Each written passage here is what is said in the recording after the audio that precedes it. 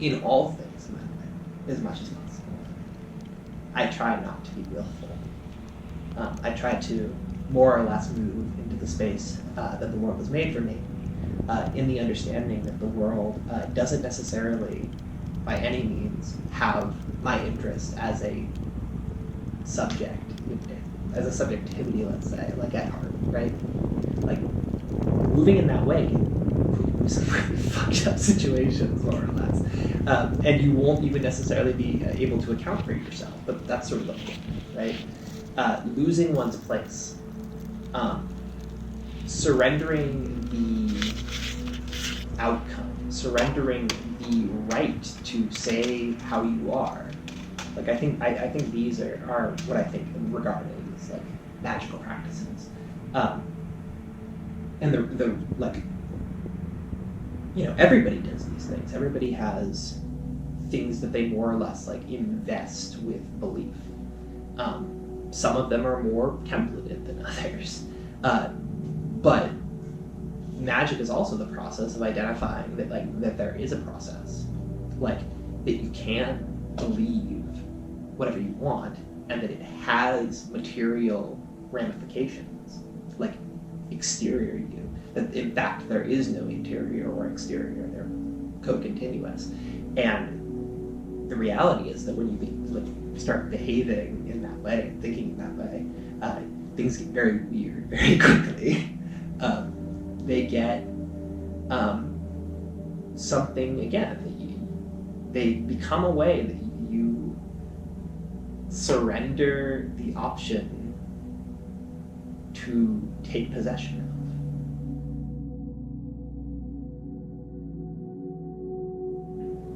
of. It's literally crazy. Like, I talk about being crazy all the time. Like, I refer to things as crazy, and refer to myself as crazy, like on a dime, and I'm always getting sort of like, I mean, for people who know me, I think that there's like a desire to protect me from like how I'm perceived, or how I might imagine myself to be perceived, right? And so people who care about me don't want me to think I'm crazy, because they understand that is like a stigmatized sort of like like very literally like some pathologized kind of orientation. But I just don't think it's that serious. Like, I think being crazy is like, you don't have to do anything to be crazy. Like, crazy is a way you're made. Crazy is a way that you are constructed after the fact. The thing you are is like boundless, like all directions, infinite. Like it's everything else and you at the same time, like in a superposition, and that kind of thing is like, so like, yeah. Being crazy is one thing. Knowing you're crazy and not wanting to be a different way, that's magic. So in the co-continuity of what we perceive as real or quotidian life and what we glean as something kind of like a Jungian connective tissue that exists between people, does language exist there, and how do you envision or imagine that we communicate through that other plane, that other mesh? Yeah. And Yeah. would you like more? Sure. I'll have more water. You mind? Thank you. Collect my thoughts on that. It's a good question.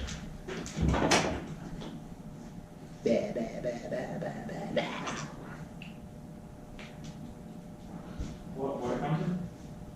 Oh, the sink's fine. Is the fountain okay? Oh, the fountain's great. Or the sink is fine too. I don't mind.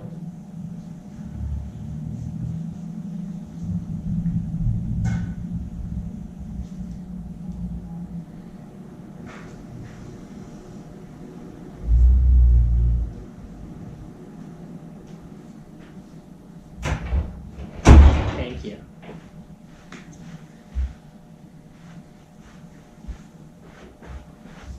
Nice and cold. Yeah, I don't know if language like exists somewhere.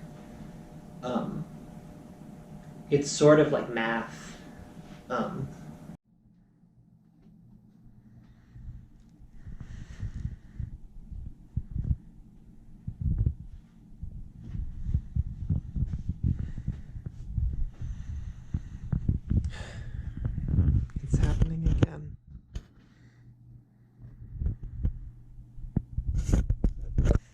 think I have something like 15 boxes that need to be shipped.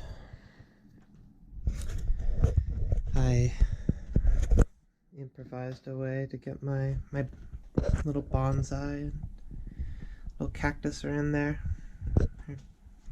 It's cushioned or whatever. They're safe. They're just... It's not an ideal way for a plant to be. I definitely... I took a little chunk of the cactus off accidentally, and I'm just totally broken up about it. This is all just so much sadder than I ever anticipated it would be. I don't know how to account for it. I wasn't even here in this one for that long, but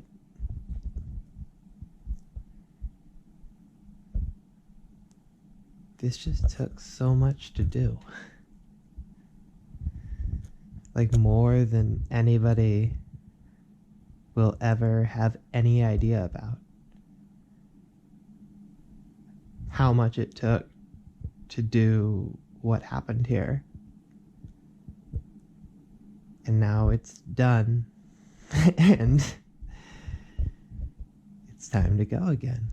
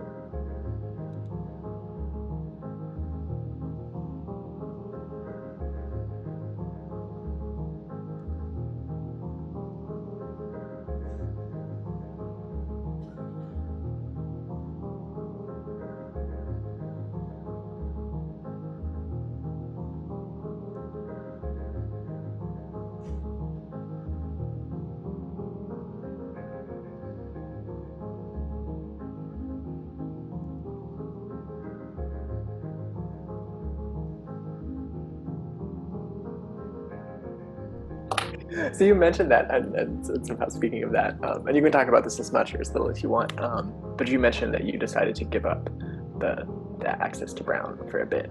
How did that pan out, or what was your kind of thinking around that? When was that? It was a number of things, and it's probably honestly too big a story to tell, but I think the digestible version is that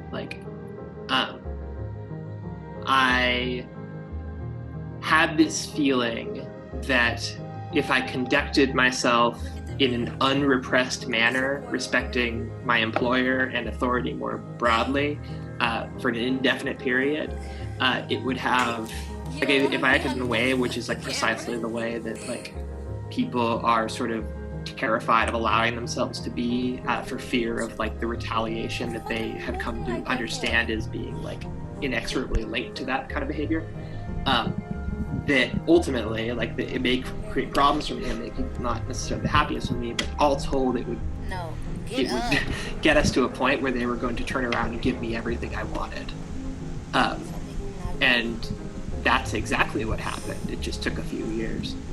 Wow. So when did the process begin? That's a great question. Probably before I got into Brown. I didn't, I had no kind of frame of reference for the sort of academic. It is interesting.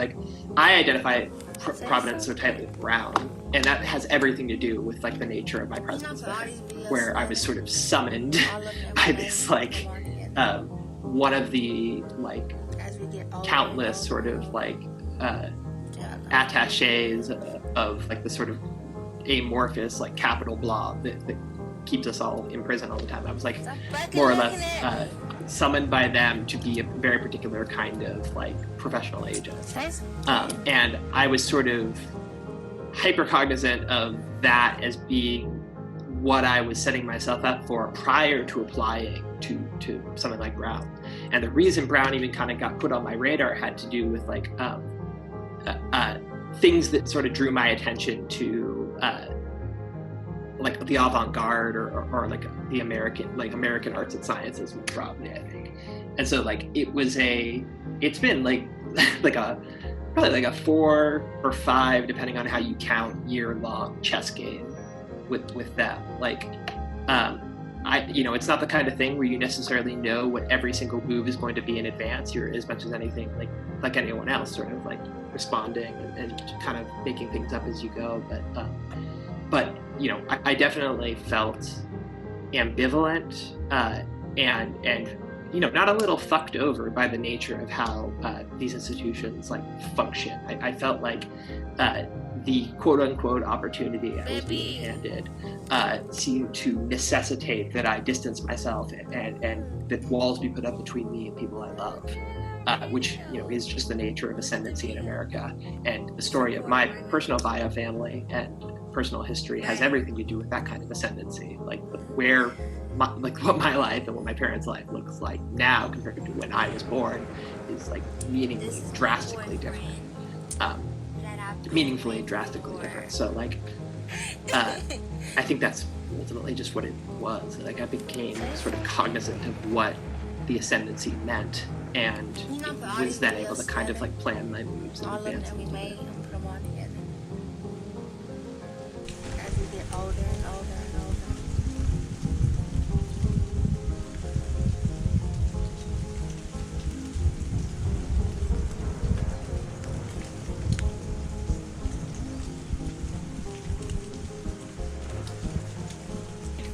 I mean, we're kind of getting into my the train of my work, which is like I gotta show you my thesis. Like it's coming together nicely, and it basically does articulate my thinking about this. Because the work I'm turning in for my thesis is so like a major part of it is like I have just the report from the student conduct office at Brown. The report that they generated when they were doing this investigation against me, and like there was like a hearing and stuff. And so I just got the report, and the report is redacted of like my name, my face, and then like those of like pertinent witnesses, but it's like all obviously like who everybody is to me, right? And so rather than redacting it, because like it's already redacted, I'm going back through and adding all the names back in, all the ones I know, and I'm going to turn that in, right? I am effectively selling back to them their case against me, because you can't sell back the violence, but you can at least like sell the remains of something that I went really far out of my way to make sure there were no remains of. And that's sort of like concurrent with or sits next to kind of a broader statement or like set of ideas I've been cultivating for several years about like what the value of art is, what art can't do, and what seems like it is necessitated as a result. And I think part of like just to gloss it is that like it's like a deliberate let's say like deliberate incursions into sort of the symbolic imagination with the intent of rupturing the procession of intellectual property and sort of liberating the conditions of critique and violence more broadly from like state monopoly. That kind of thing is obviously risky and difficult, and people would like, if you tell them that you want to do that kind of thing, they rightfully be like, well, prove it, but I have the report to prove it. And I have I have a number of things that I'll never be able to prove, but I have enough stuff that I think people will take me seriously.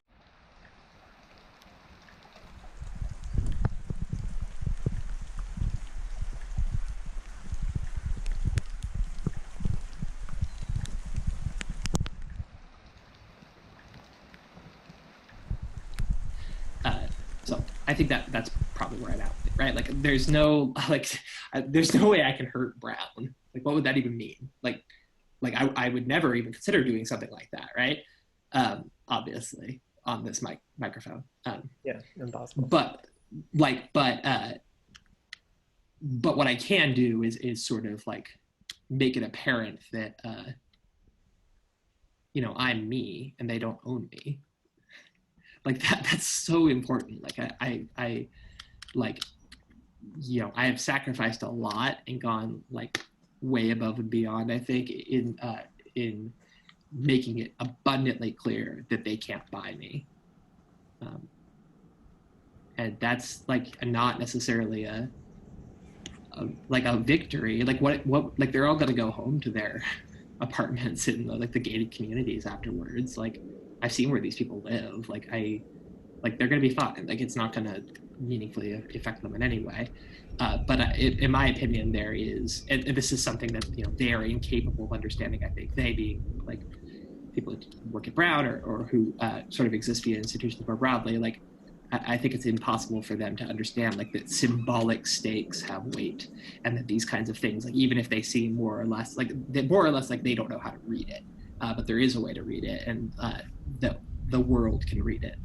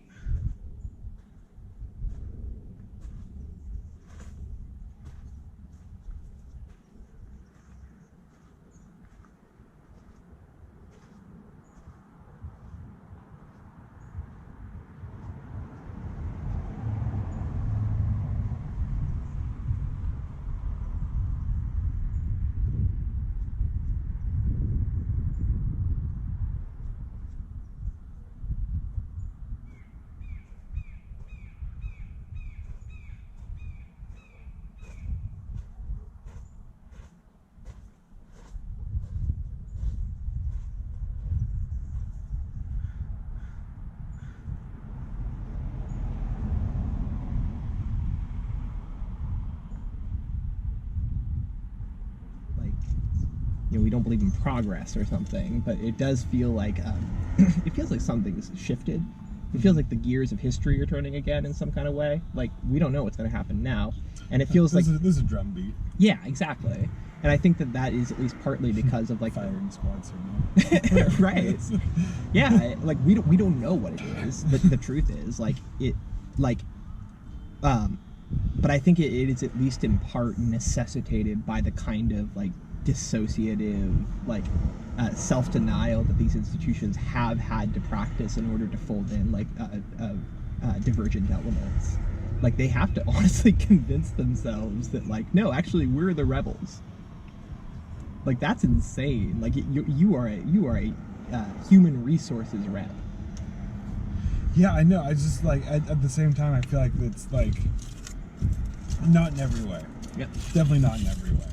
You don't want to cede any sort of truth value to that. Mm-hmm. But there is a way in which it's true, and that is that the power structure, such as it is, the consensus reality, the sort of regime that we live under is multifaceted. Yep. And it does that is always a thing that's there in even just like a bourgeois parliamentary system. Yeah. Like that, if you think of that as a sort of model, there's a dissenting represented body. Yep.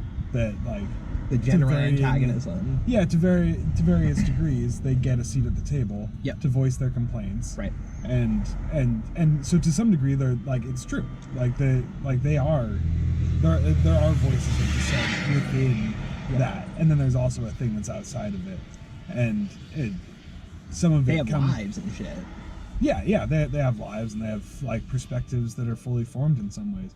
Sometimes they have made this decision in full consciousness of with compromises. Yeah, totally, and the long march through institutions. Yep. It turns out it's longer than yeah. And that's why I don't hate anyone. Yeah. And that's why I talk about it. Mm-hmm. That's why I stick around to even they literally ripped my dress up and injected me with sedatives about a block from where I lived last year. There is no further humiliation they can impose, institution can impose on my body specifically, I feel like I've gotten about the extent of what they have to throw at me, and I'm still here. I'm still more or less advocating on behalf of everyone, and it's because I want everyone on their fucking feet. I'm not here to make anyone feel bad. Yeah. I'm here to remind people who they are, and remind them what we all collectively know, which is this is not gonna last. Like, isn't that what we wanted all along? Well, certainly, but then, like, in the course of wanting that, what does wanting that look like? What do you do to want that?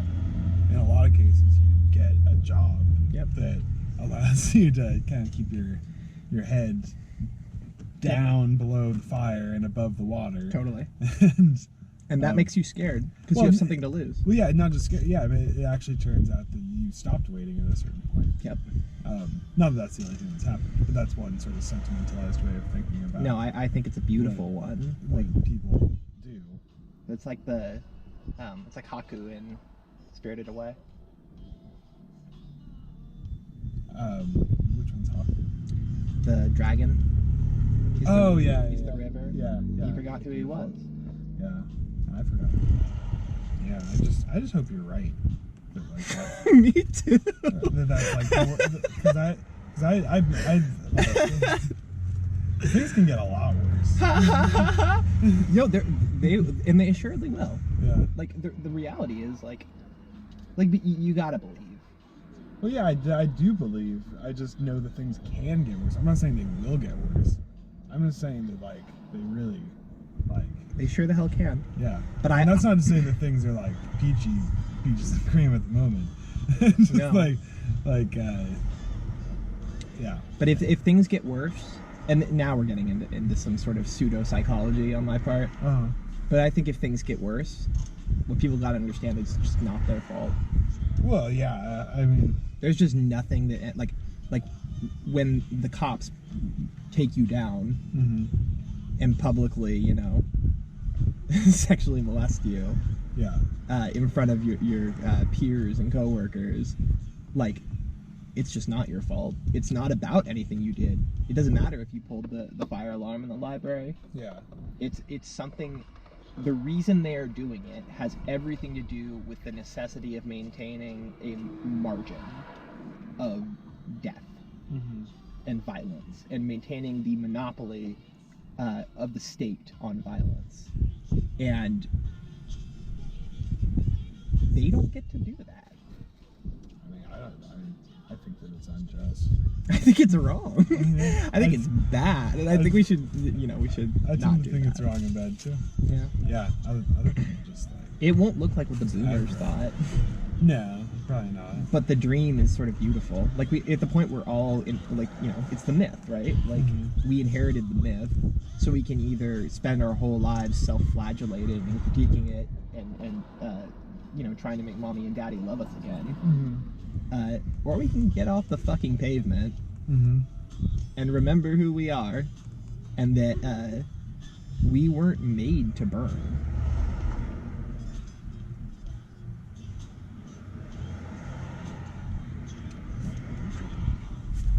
You're dripping. No!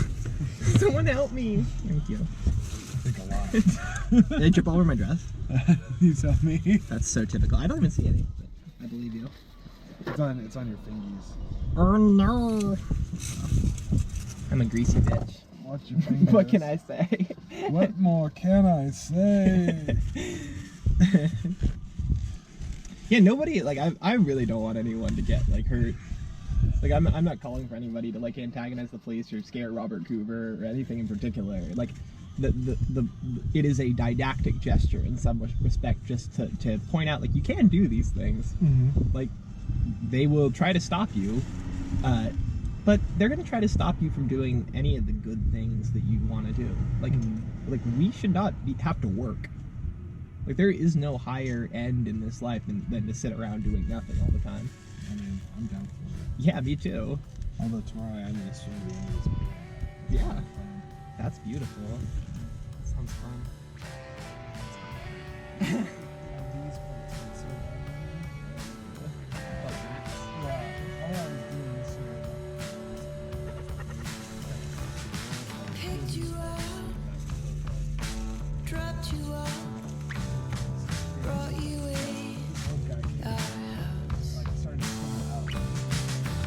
you up.